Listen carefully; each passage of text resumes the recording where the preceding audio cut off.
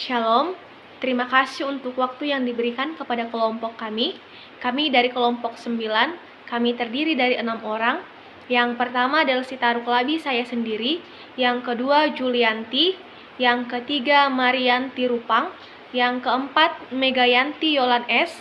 Yang kelima Resti Kinda. Dan yang keenam Vikaria.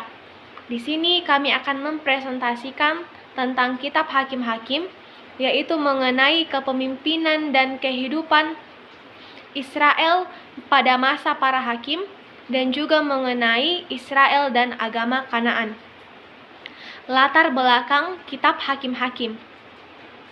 Nama kitab Hakim-Hakim diambil dari nama berbagai tokoh yang secara berkala dibangkitkan Allah untuk memimpin dan membebaskan bangsa Israel setelah mereka mundur dan ditindas oleh bangsa-bangsa tetangga. Kitab ini memperlihatkan kehidupan dan keadaan umat Allah, yaitu bangsa Israel sendiri, di mana mereka hidup dalam kemauan mereka sendiri, dan juga memperlihatkan keadaan umat yang melupakan Allah. Mereka tidak bersikap seperti bangsa yang dipilih Allah, karena itulah Allah menghukum mereka. Allah memakai bangsa-bangsa lain untuk menjajah mereka. Penulis dari kitab Hakim-Hakim tidak diketahui secara jelas.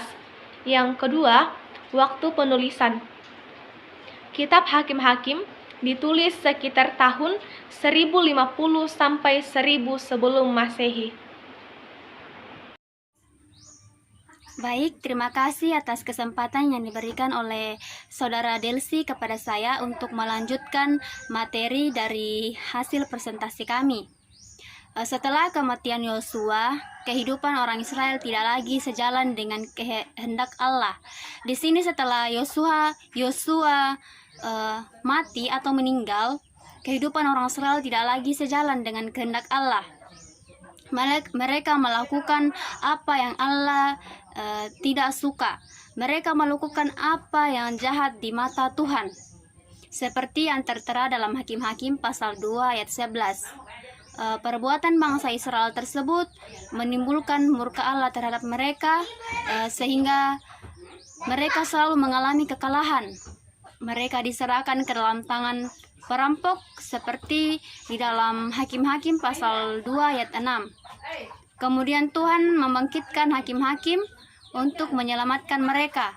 Di sini karena walaupun Allah sudah murka terhadap bangsa Israel ini, namun Allah mengasihi mereka, sehingga Allah membangkitkan para hakim-hakim untuk menyelamatkan mereka dari keterburukan mereka. Dan melalui hakim-hakim tersebut mereka dilepaskan. Seperti yang saya katakan tadi, bahwa Allah, walaupun Allah murka terhadap mereka, mereka tetap dikasihi oleh Allah, dan Allah memberikan mereka para hakim-hakim untuk menuntun mereka dan melepaskan mereka dari keterpurukan mereka. Tetapi setelah hakim-hakim itu meninggal, maka mereka kembali berlaku jahat, beribadah kepada hal yang berhala. Ya, di sini kita tahu bahwa bangsa Israel adalah bangsa yang sangat keras kepala, sehingga setelah para hakim-hakim itu meninggal, maka mereka kembali berlaku jahat, kembali beribadah kepada hal-hal yang berhala, dan mereka semakin menimbulkan kemurkaan Allah terhadap mereka.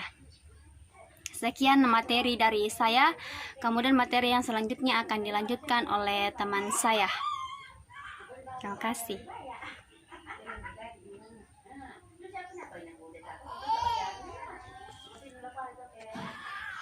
Selanjutnya, pada masa para hakim, kepemimpinan menjadi tugas para hakim dan yang mengadili perkara. Ada 13 hakim dalam dari berbagai suku dan masyarakat, dan ke-13 hakim tersebut ialah Otniel dalam Hakim-Hakim pasal 3 ayat 7 sampai dengan 11, Ehud dalam Hakim-Hakim pasal 3 ayat 12 sampai dengan 30, Samgar dalam Hakim-Hakim pasal 3 ayat 31, Deborah dengan Barak sebagai panglima perangnya dalam Hakim-Hakim pasal 4 ayat 1 sampai pasal 5 ayat 31, Gideon dalam Hakim-Hakim pasal 6 sampai dengan pasal yang ke-8. Kemudian Abimelek bukan hakim resmi. Tola dalam Hakim-Hakim pasal 10 ayat 1 sampai dengan 2. Yair dalam Hakim-Hakim pasal 10 ayat 3 sampai dengan 16. Yefta dalam Hakim-Hakim pasal 10 ayat 17 sampai dengan 12. Epson dalam Hakim-Hakim 12 ayat 8 sampai dengan 10. Elon dalam Hakim-Hakim pasal 12 ayat 11 sampai dengan 12. Abdon dalam Hakim-Hakim 12 ayat 13 sampai dengan 15, dan Simpson dalam Hakim-Hakim pasal 13 ayat 1 sampai dengan pasal 16 ayat 31. Dalam kitab Hakim-Hakim menunjukkan kehidupan bangsa Israel yang berada dalam lingkaran dosa yang diulang-ulangi atau penyembahan Baal, penghambaan kepada bangsa-bangsa yang menyerang, doa kehadapan Allah pengasih pemohon pembebasan, dan keselamatan melalui hakim-hakim yang dibangkitkan Allah. Agama Israel dan Kanaan dalam kitab Hakim-Hakim. Di dalam kitab Hakim-Hakim diceritakan bahwa beberapa tempat di Palestina, orang Israel tidak berhasil membinasakan semua penduduk asli Palestina. Mereka hanya berhasil untuk tinggal berdampingan dengan bangsa Kanaan dan bangsa Amori.